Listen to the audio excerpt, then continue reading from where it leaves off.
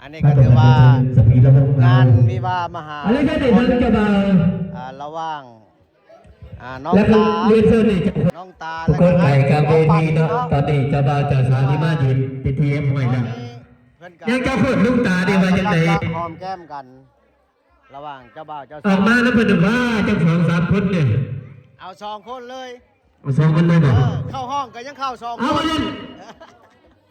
ขอเจ้าบ่าวเจ้าสาวหอมแก้มกันซะกันนะขอเสียงปรบมือเจ้าเจ้าบ่าวเจ้าสาวนี่อันนี้ก็เป็นภาพหอมแก้มกันเนี่ยเจ้าบ่าวเจ้าสาวนี่นับ1 ถึง 3เด้อให้เจ้าสาวหอมก่อนหรือเจ้าบ่าวบบเอาบรรยายโคศกอันนี้เป็นทั้งอาจารย์ภาพเพเดอร์ทีเดียวเป็นว่าให้เจ้าบ่าวเจ้าสาวหอมแก้มซะกันว่าสั่นกระชั้นบ่ให้ฟ้อนเลยว่าสั่นเอามาจากไหนเจ้าบ่าวเจ้าสาวเฮ็ดคือบ่เคยลืมกันในบัดนี้เฮ็ดได้เสียจังสิได้ลูกน้ำมูอันนี้นั่นเจ้าบ่าวเจ้าสาวหอมแก้มกันนะยังไงเสียงตบมือนี่ถ้าพี่บ่าวบ่มักเฮาก็หอมก่อนใช่หลายเป็นบ่มักเฮามักเพิ่นน่ะ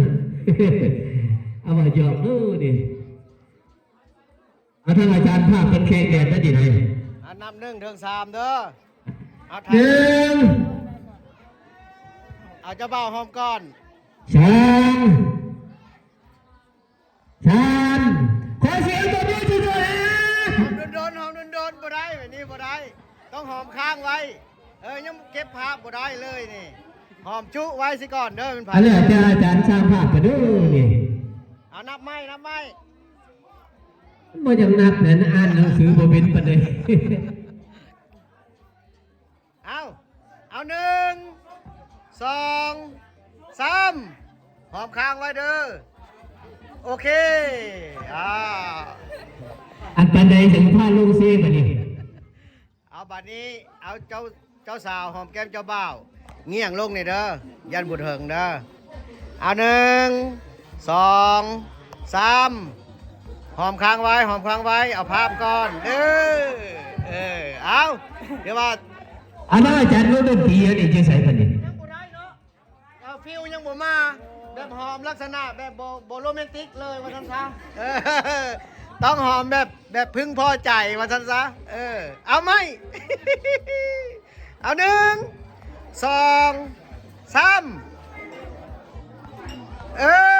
แบบนี้เอาตบมือชมเชยเ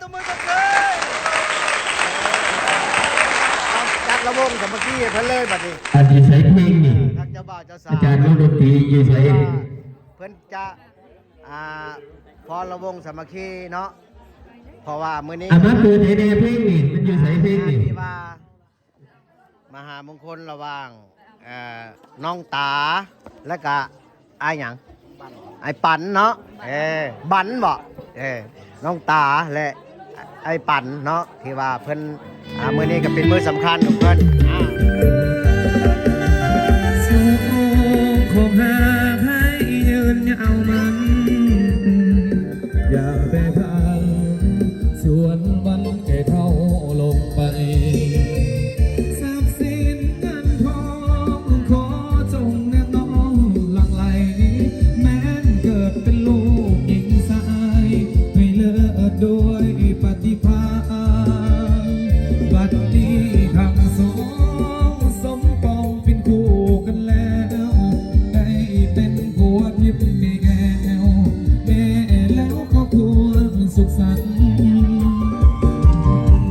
ขอเสียงตบมือดังๆให้เจ้าบ่าวและเจ้าสาวทั้งสองตบมือดังๆมันได้ชื่อเลยพบตัวเลยเรียกว่าประเดี๋ยวมาตบไปชื่ออันนี้ก็เป็นภาพบรรยากาศที่ว่าทั้งเจ้าบ่าวเจ้าสาวเพิ่นได้ฟ้อนระวงสามัคคีเนาะเพิ่นยังเอาใจอยู่ในที่นี้ครับเพิ่นยังต้องการเพลงเด่นเจ้าบ่าวเจ้าสาวเอาไว้รุ่นจักหน่อยแบบ